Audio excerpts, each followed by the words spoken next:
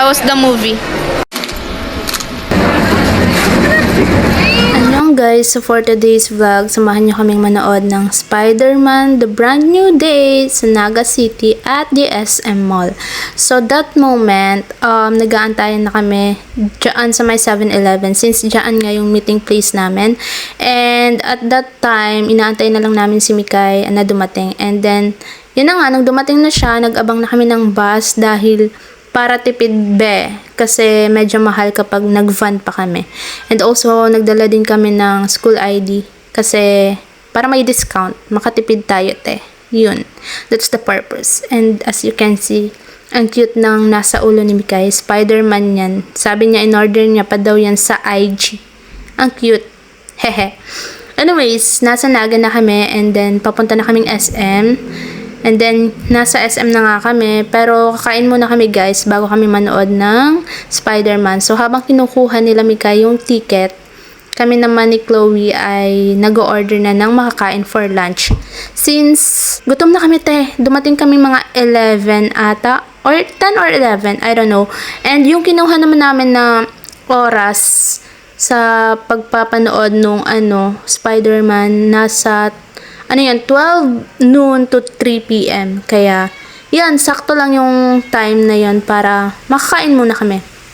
And then, chika muna bago tayo kumain at habang inaantay natin yung order. So, quick story lang nga din guys. Alam nyo ba na bago mag-aya, talagang sinabihan ako nila Chloe and ni Mikay na dapat mapanood ko muna yung Spider-Man na ito, like yung No Way Home, Homecoming, and Far From Home bago ko dapat manood nitong The Brand New Day para nga magets ko daw yung story kasi syempre yun kumbaga paano mo magigets yung number 2 kung hindi mo nagets yung number 1. Anyways, naka-prepare na nga ang aming foods guys and ready na kaming kumain. Then bumili na lang din kami ng 1.5 na Coke and cup para tipid talaga And then that time inaantay na lang namin si Chloe and Tin na bumili ng popcorn. And then fast forward, nakapasok na kami ni Mikay and si Tintin and Chloe hindi pa tapos doon. Nakapila pa kasi guys kasi medyo madami rin yung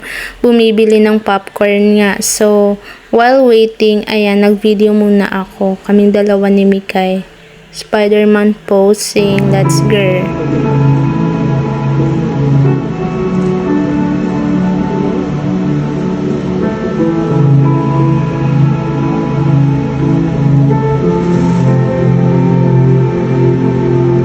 So yun lang guys, pinakita ko lang sa inyo yung intro ng Spider-Man kasi ang ganda lang. And then inantay talaga namin na matapos yung hanggang sa post-credit. Ayan na nga, pakinggan nyo, panoorin nyo muna. Location unknown. Location unknown. Location unknown. Location found.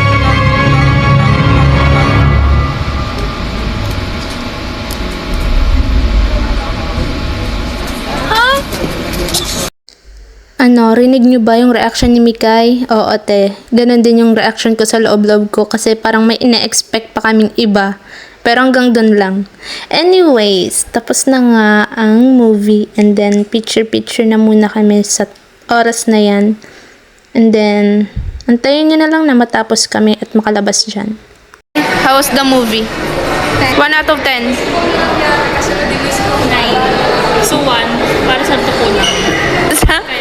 Piabangan mo yung next naman. Okay. Right after nga namin na manood guys, dumiretso agad kami sa CR kasi syempre, kailangan umihi and mag-relax.